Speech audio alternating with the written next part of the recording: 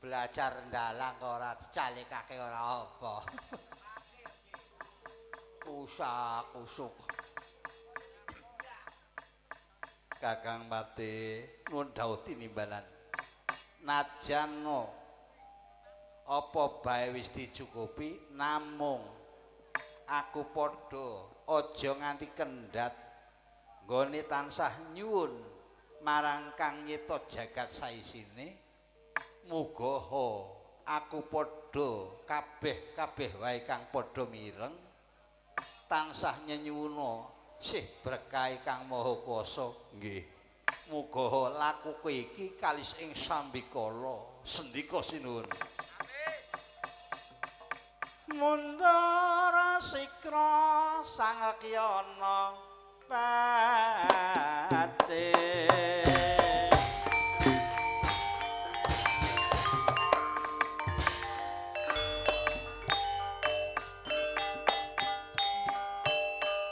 Sang Reklamati ngundang ing Prawadyabala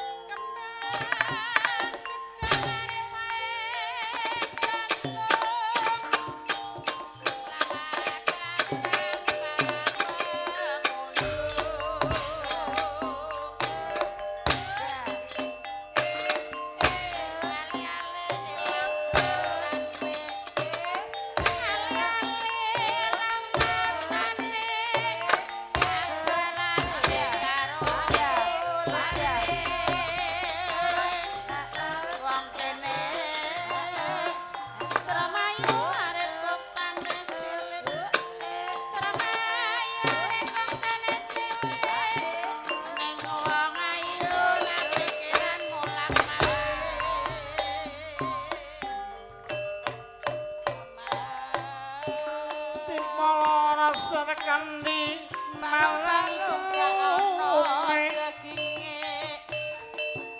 Kepala Serkandi malang galung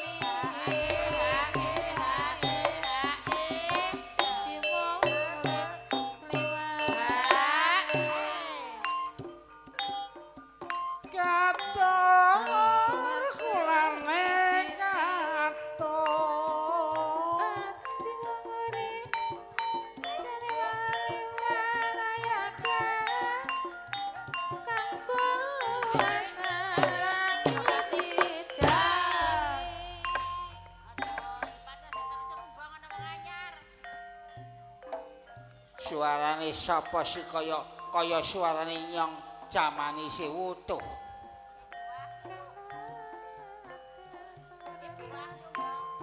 Oh. Dereng kenal. Suarane Bu Ayu ya. Nggih. Ya Allah Gusti.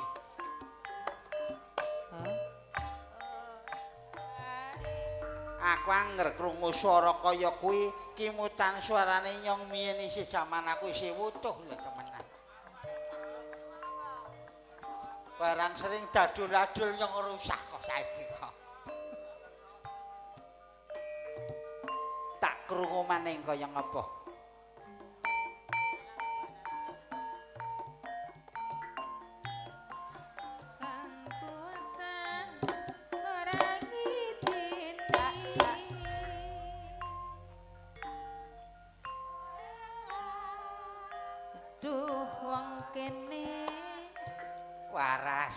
Waras. Gunung Sari mangulon ning tengah tanah.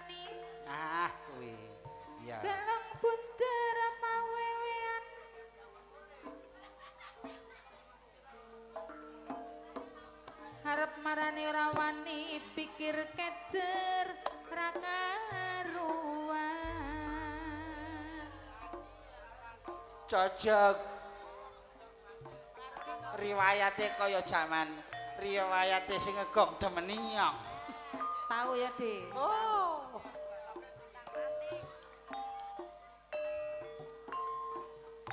Delok maning. Ngenteni gong. Oh, ngenteni gong. Gonge perekake lah kena. Sreng.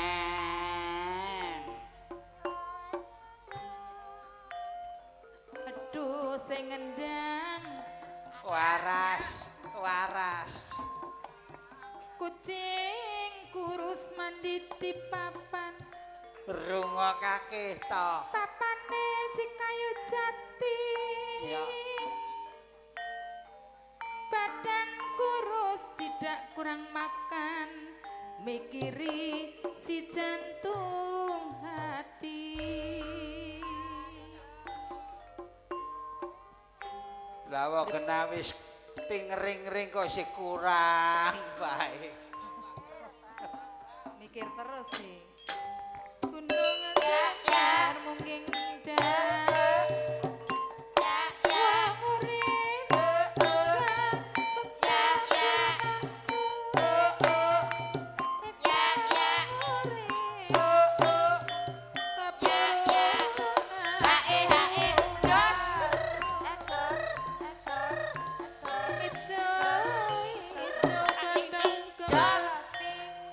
Aja kelalen lho kuwi.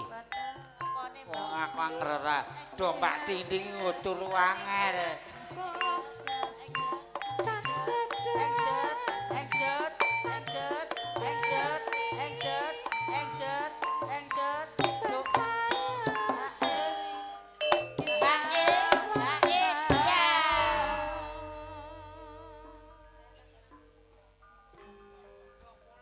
Ora ngrasa nang apa ngono padha kok cerewet.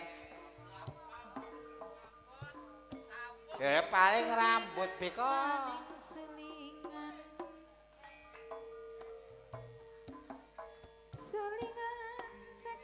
Mestine wis wayahe ndean. Lamun aku rambutnya putih wis wayahe. Demerake ditinggal lungan. Aja maning kok sing sering kepanasan maning ora putih.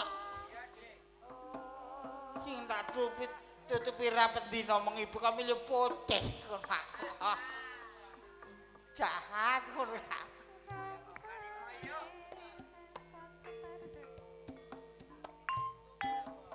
Lah Jalintan supaya laris. Tidak takut dicungkris asal dapat yang hitam manis. Bu Wahyu Dalam di pripun tangga sampean isih rondo apa wis dibojo? tangga kula jejer napa? Iya, Jejer napa ngarep ngomah? ora jajar sing tengen kuwi. Oh niki. Iya. Niki anak wadon. Oh, anak wadon. Nggih. Wong ana sing takon kok. Oh nggih. Niki anak kesayangane dalang nika sih sing pun pejah. Anak kesayangane.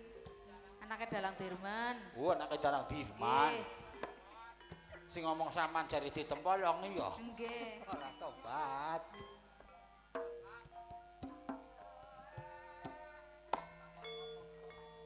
Sing takon, Pripun? sing takon sing ngegong. Oh. Apa Endah untune wis kalonge akeh apa sing glitis kae.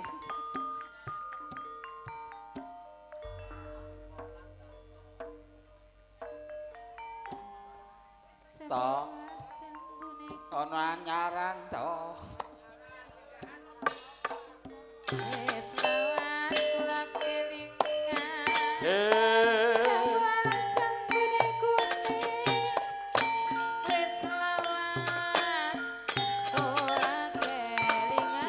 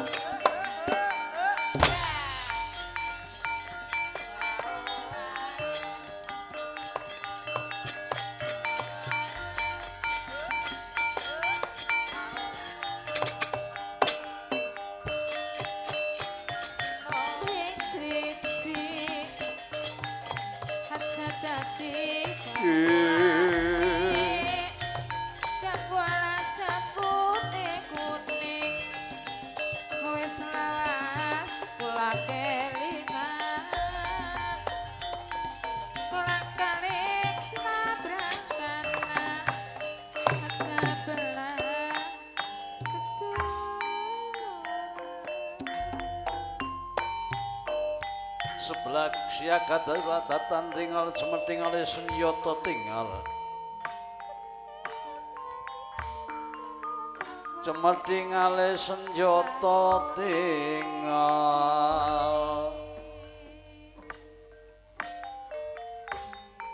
kandhek lambah nyosangel Yanawati wonten Madyantara Madya setengah tara plataraning negari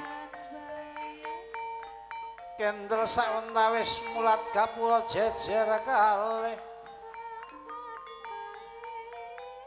ingkang winastan gapura Rapsara lan gapura Urapsari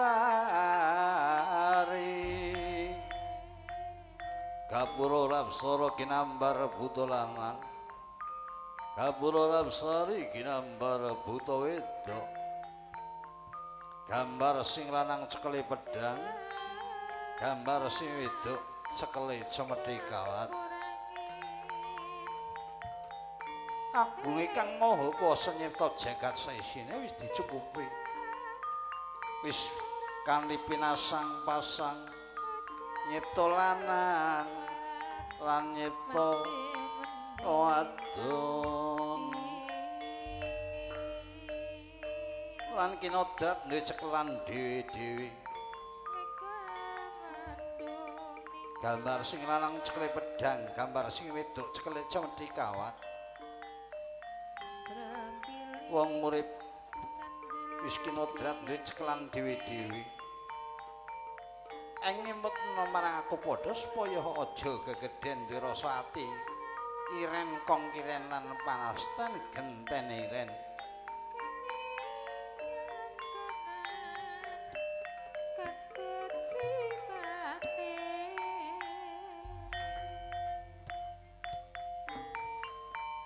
kaya to dicekelan kaya wong wadon kae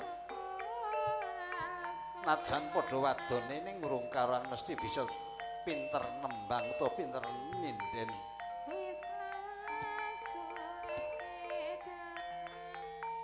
ngancik mari wonten lawang dana pertapa dana peparing pertapa prihatin ngelekake marang padha supaya anggedhekna rasa tetulung rasa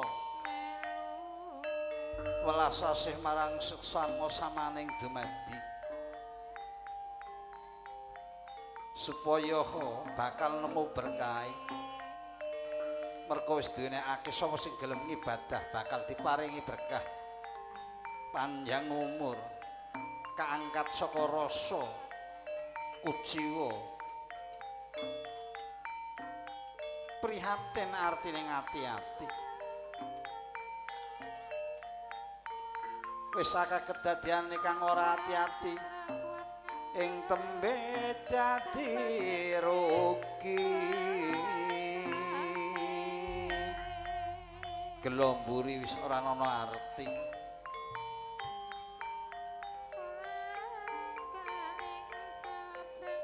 mencorong katon tejane gambarno sinatra kang kulino maratapa kulino ndana lali gedene gelem prihatin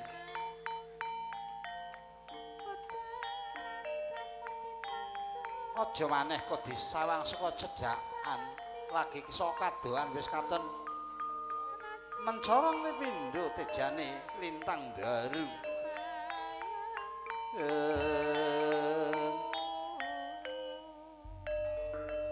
mulane kena digambarake najan papat jejeran yen disawang mesti beda-beda ana sing cahyane bening ana sing cahyane kurang bening ana Mergo gambar mau nggawa teja dewi-dewi. Tipis lambene omongane nganggo waton.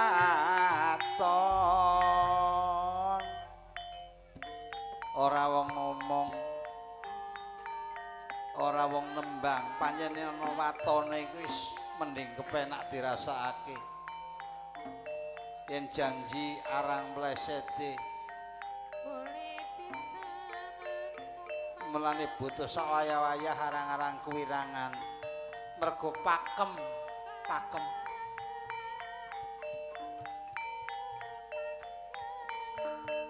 najan wiyaga ning ora kaya sing jlentrem kaya sing jlentrem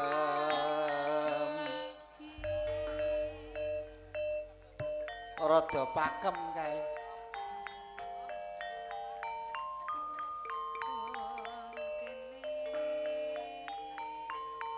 Kon gawakake mulih ya gawa mulih temenan ning mulih gawa kon mulih dhewe.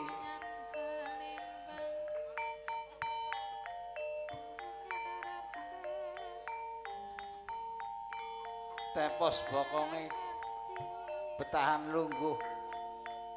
Batine wis ngalih taruh isih lungguh bae.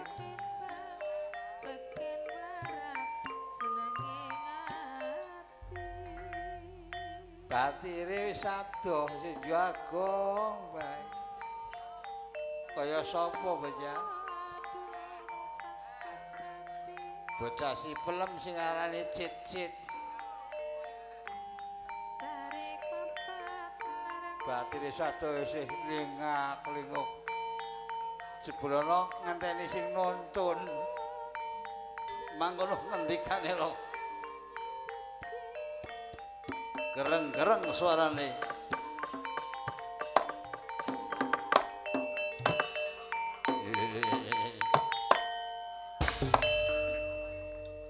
Bocah kandhek-kandhek magangan ono. Kabeh jumlahe jangkep. Syukur.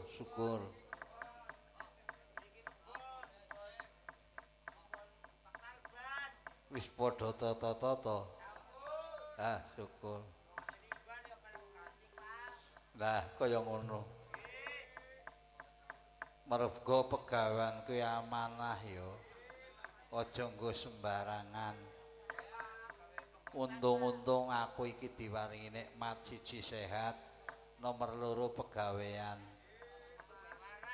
Kuwi kabeh kuwi nikmat. Mulane nek nyambut gawe aja kanggo sembarangan ya. Heeh. Ngantuk ya kena asal aja nganti ngimpi ya. Wong ngantuk kok terkadang nganti ngimpi. Iya. Sing ngegong rupane panggilan yo. Syukur. Iya. Pesenan mulane sinden delok-delok klirik. Sinden delok-delok klirik. Iya. Magangan. Ayo apa kang dadi dawuh Gusti ditindakake kanthi sak bener-bener ya. Wong bener ki bakal kajen kene nang ngendi bae. Magangan gandhe bukaan lawang Sekar Gadung. Dadi biola.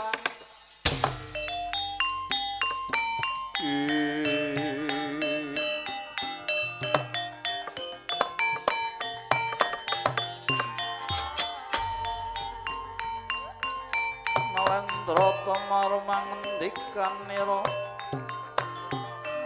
aromang ngendikan nira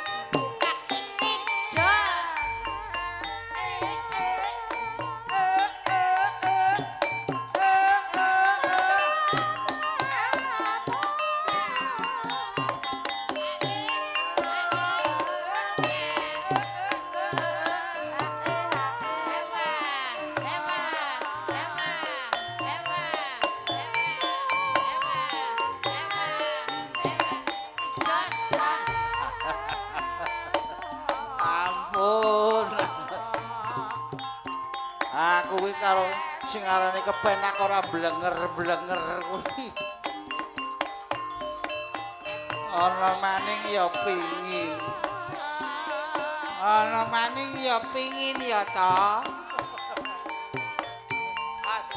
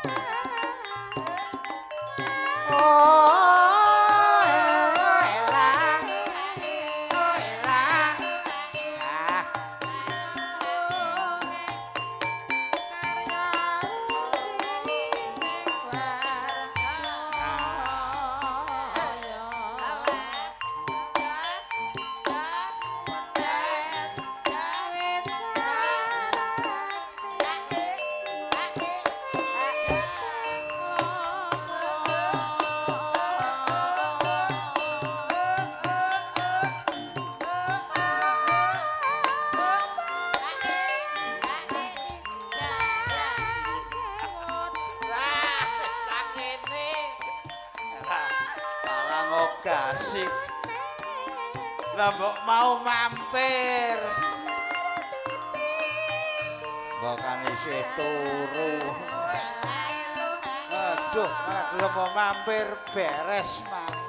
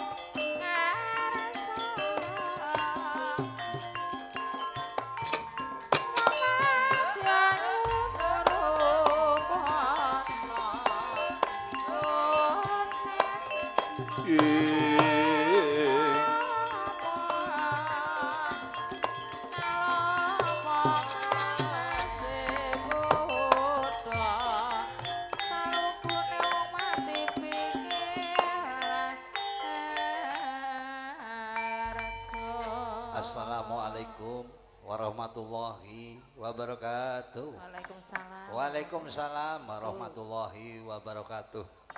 Alhamdulillah wa syukurillah la haula wala quwata illa billah.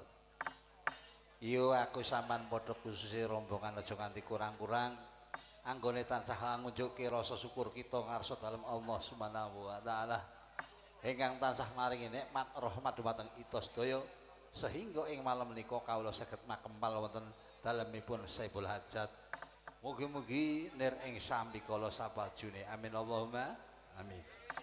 Sholawat salam kita unjukaken dumateng junjungan Nabi Agung kita Muhammad Rasulullah sallallahu alaihi wasallam. Mugi kita sedaya minangka umatipun benjang wonten ing yaumul qiyamah pinaringanana syafaatipun. Amin Allahumma amin. Kaping 3 kula matur nuwun sanget dumateng Bapak Saibul Hajat sakeluarganira sak siesipun ingkang kersa ngundang tenaga kula sak rombongan minangka kangge anggelar hiburan.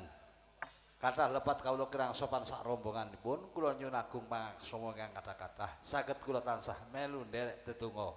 Mugi-mugi Saibul Hajat tansah pinaringanana panjang yuswa nir ing sambikala murah rezeki saking resaning Allah. Amin Allahumma amin. Kados cekap atur kawula kathah lepat nyuwun agung ing pangaksama akhirul kalam walahul muwaffiq ila aqwamit thoriq. Wassalamualaikum warahmatullahi wabarakatuh. Waalaikumsalam warahmatullahi wabarakatuh. Oke, siap pakai lah. Yo, nggo tombo ora ilok ujare wong kuno.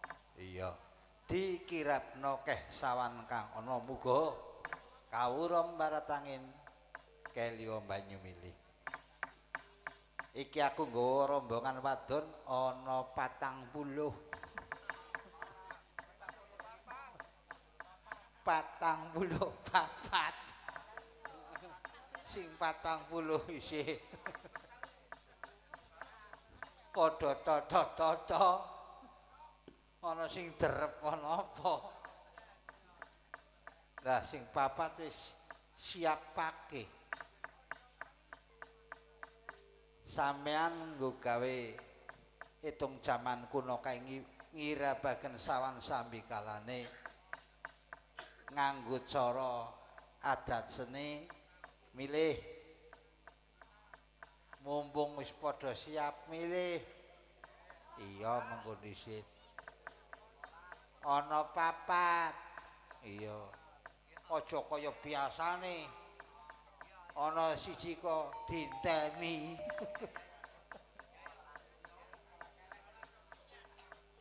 Ora ngalem-ngaleme ngono. Kaya ora ana wong-wong maneh. Iya ora geng siji kok dinteni.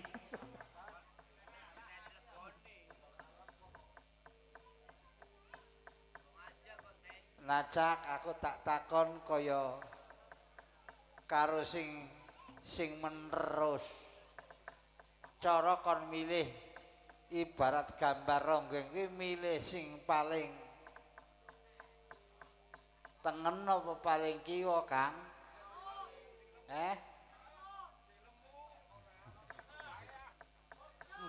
Kayane sing pinggir kono wis merem-merem kok.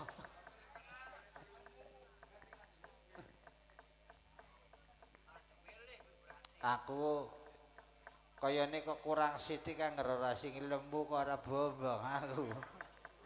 Nang apa sih? Apa iya ya? Aku suka milih sing lemu.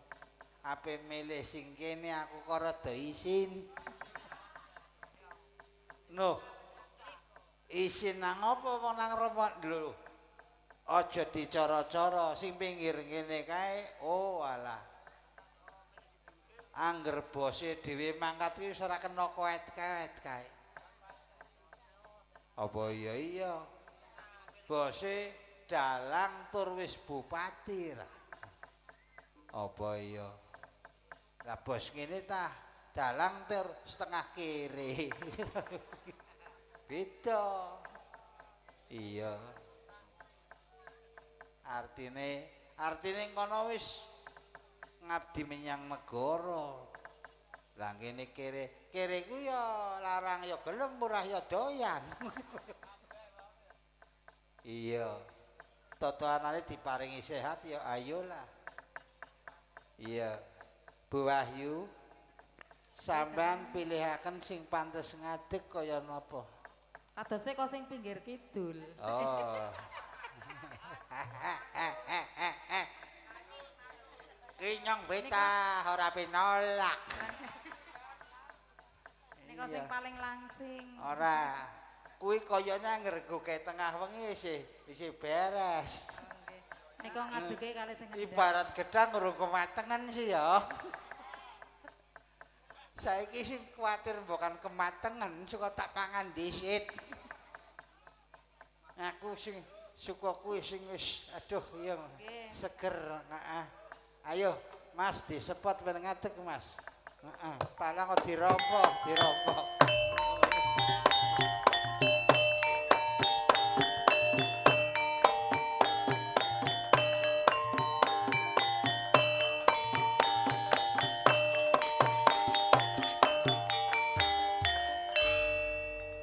Bocah Syati. Dalem Pak Dalang. Kula padha-padha krungu sepot kok siji dhewe. Nggih. Atas tempun. Lah iya, Biasane ngresepot ki Mataraman. Krasem. Ki kita kaya sepote wong Karang Talok ki. Sampeyan ngarani ki sepot apa kuwi iki arane? Jenenge kewer-kewer. Oh. Kewer-kewer, Pak. Kuwi rame nalika jaman tahun 70-an ya. Nggih. Iya. Waduh, iya. Aku ngrungokake riwate Ronggeng kuwi kok seneng tur ngrentes. Terus pundi, Pak De? Jare resen Ronggeng ape jagal nang dalan. Tahun pinten Bu, ya, Pak De? Ronggeng sapa? Aku dhewe. Apa kowe apa ya? Kadose, Pak De. Bocah Yati. Dalem, Pak De. Njaluka karo Wiyaga. Ya kuwi gending sing kira-kira kepenak dijogeti. Nggih. Wong-wong padha-padha gending po dijogeti ana sing rasane ora kepenak ngono kok. Ya wonten. Alah, panas tok-tok. Ora kena dirasakake. Ora dijogeti wong kepingin dijogeti kok lah nang geger pegel tok-tok. Ya lara. Pangkur, Pak De niki. Pangkur nggih. Nggih. Nggih, Mas Wiyaga, Kang Talban. Pangkur nggih. Heeh. Bukan kelalen. Wong anu kok kakean gamelan dadine.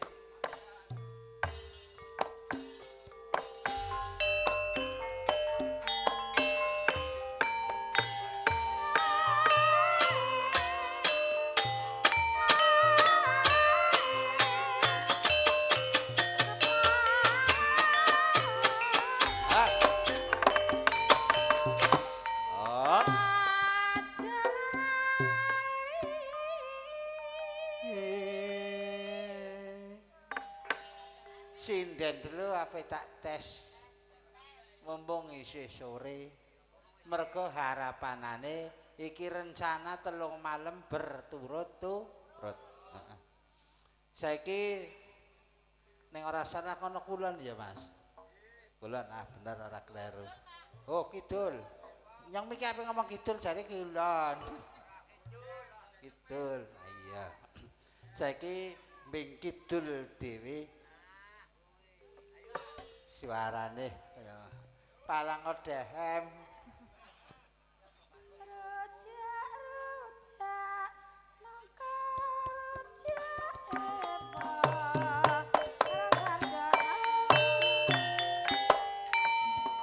ki nggambaraken swara sing rada grogi. Iki grogi. Ora usah kuwatir karo wong Kaliprau wong tinggal suwe kok.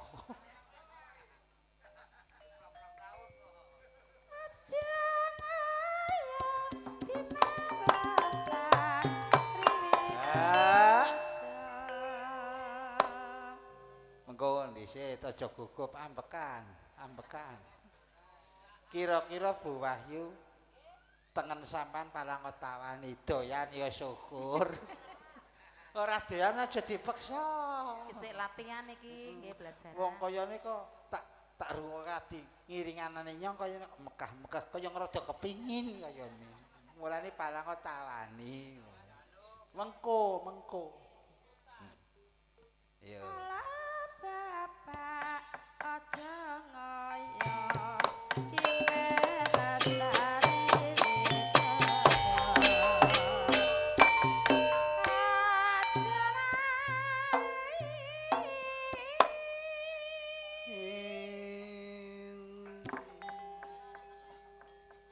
Casati sabar ya, Cas. Badhe dicobi napa? Oh, engko dhisik. Aja ngangkluh nyong susu gandul-gandul kok. Ora. Delok. Iya. Badhe pencobi napa, Jeng? Swantene? Jajal. Ah, kaya kuwi. Sapa ngira diwulang karo Mas Entus wis nyandak. Ngono. rojak nanas rojak waras berkas. Iki sayang Siti kurang dehem. Ki angger sering dehem. Oh, mesti ana wong weweh.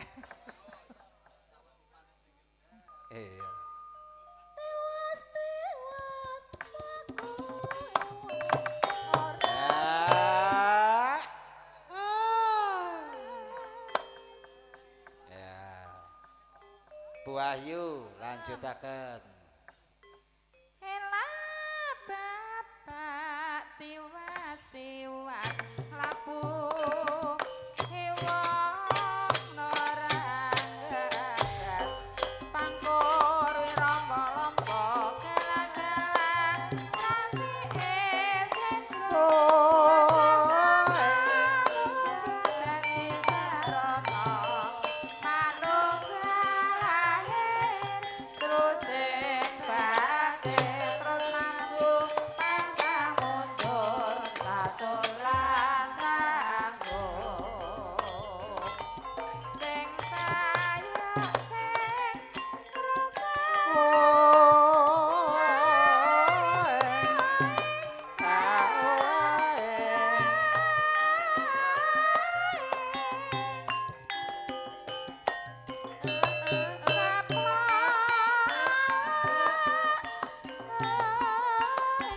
Pangkur wirama-lamba gelar nasi esendro papat sangamuga dadi sarana manunggalahir terus sing batin terus maju pantang mundur katon lan tangguh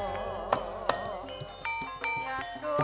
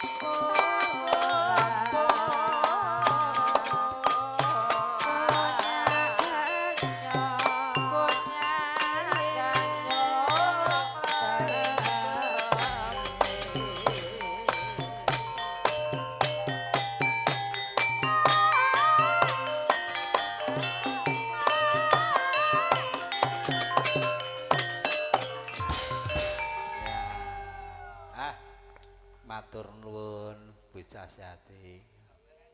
Wah, tambah tahun tambah sehat, tambah lemu. Aku angger krungu riwayate kae kojan kayane nyong ora iso. Pripun, De? Gurayahan anake karo bapakane aku. Iya. Jahat. Iya. Saking lagi Kaya ora ono wong, De. lagi maer-maer iya. Hah? Iya. Bu Ayu, Dalem, De. iki kira-kira apa jenenge bintange sing arep diundang apa ape dibawani dhisik? Monggo kersa. Paring ana bawa mengko aja lali lho aku pesen mau. Nggih, Ya kuwi apa sih ya? selendang biru. Lah, iki dipesen awit jaman ngandhek. Awit jaman ngandhek kanthi duit entek. Sakniki Tak napa? eling-eling, tak emut-emut. Heeh. Tapi nganggo bawa dhisik. Dibawani. Heeh. Angger teko langsung lendang biru ta kaya mak kecipik tekan tok. Lah iya lah, necah.